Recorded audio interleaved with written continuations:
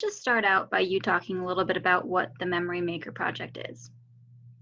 So the Memory Maker project is a small grassroots nonprofit project, and we do art, culture, and advocacy programs for people who are living with Alzheimer's disease and other kinds of memory loss. And now during COVID, we're kind of extending it to any older adult who's isolated at home. How important is it, not just now, but in general, to get these services to people that, are really struggling? Um, so it's funny.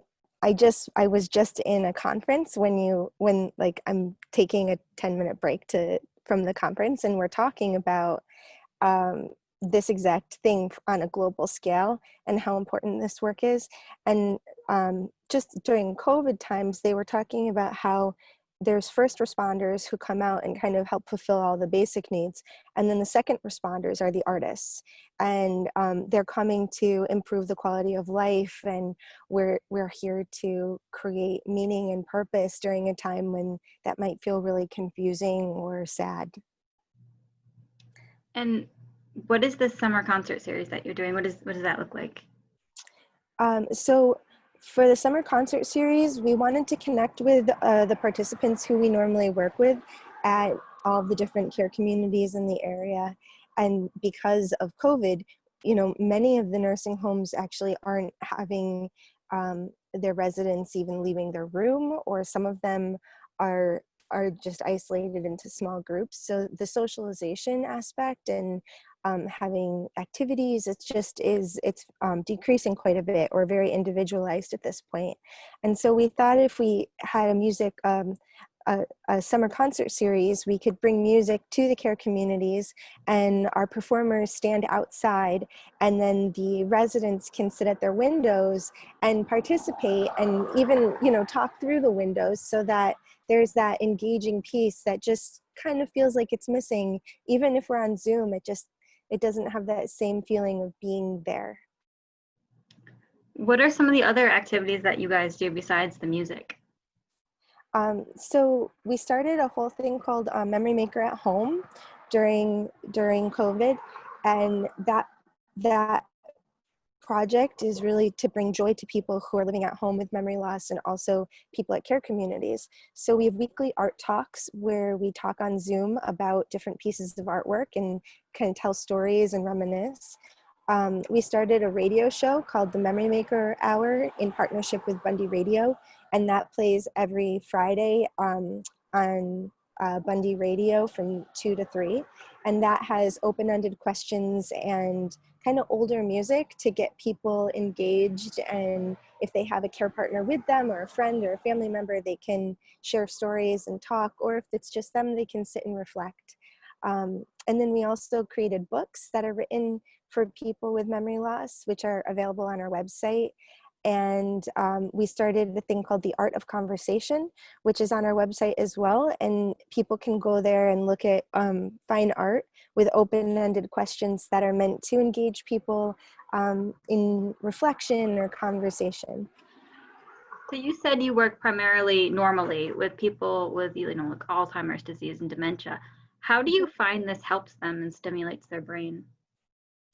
So, there's a lot of research that scientifically this is a very important thing to be doing. The arts stimulate the part of the brain that's functional throughout the whole dementia process. And so having the arts in people's lives really helps them to connect with older memories. It helps to decrease the emotional symptoms like anxiety, depression, apathy, anger, that tend to go along with memory loss or with dementia. And of course, it also just brings a great amount of joy and connection. For so many people, the doors just start to close when you have a diagnosis. People aren't going to museums as much, or art performances, like fine art performances. Performing art performances, and people seem to be going more to the doctor or to a family member's house and feeling a little bit more isolated. And so this really opens up the world for them again in a safe way, where there's a lot of considerations for the things that might be challenges for them, and that enables them to have a really successful experience when they're out in the community. Very cool. Yeah. So normally, are you contacted by these people's families? Like, how do you find, I don't know if you call them clients, but how do you find the people you work with? So our participants come from all over the place. We work in the Binghamton area, Corning, Ithaca, Shenango County. We're all over the place. And so we work in a lot of the nursing homes usually. And then the private families, we just kind of end up finding through word of mouth or, recommendations, news sources like this. We get people from all different, we get participants in all different ways. Okay, very cool. Yeah. And then I'll just close by asking you what the response has been like specifically with this concert series from the team. So we've only done one concert so far, but we have, I think, 15 lined up in the next couple of weeks, or 12. I think we have 12 lined up in the next couple of weeks. And after the first concert, it was just really apparent that this is a super important part of the summer for the residents at the care community, because we had the music playing and we were kind of dancing around the courtyard and interacting with the residents, and they had their hands out the window. If you look on our Instagram page, they're swaying back and forth and singing. We made songbooks, so they're singing along to all of the songs, and it was just really heartwarming. And that was really evidenced by the staff. The administrator came out and he was actually in tears, and the activity staff was in tears, and I was in tears, because it's just been so isolating for the residents, and it's just so nice to have something from the outside world that's, beautiful and stimulating and connecting. You had mentioned a website. What is that so I can send people there? So it's memorymakerproject.org. Very, very cool. All right, I think I'm all set unless you wanted to add anything. No, that's pretty great.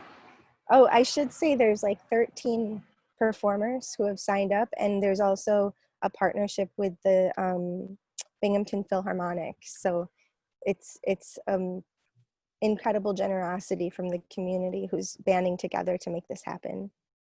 So are the concerts every Thursday then? Every Thursday, we have two concerts that are going to be, I don't remember what day of the week they are, but they're, I think they're there's two concerts on Wednesdays at 11 o'clock. Those are the Binghamton Philharmonic ones, but the other ones are always Thursday at 2 o'clock. And we have 5 nursing homes that we're rotating through.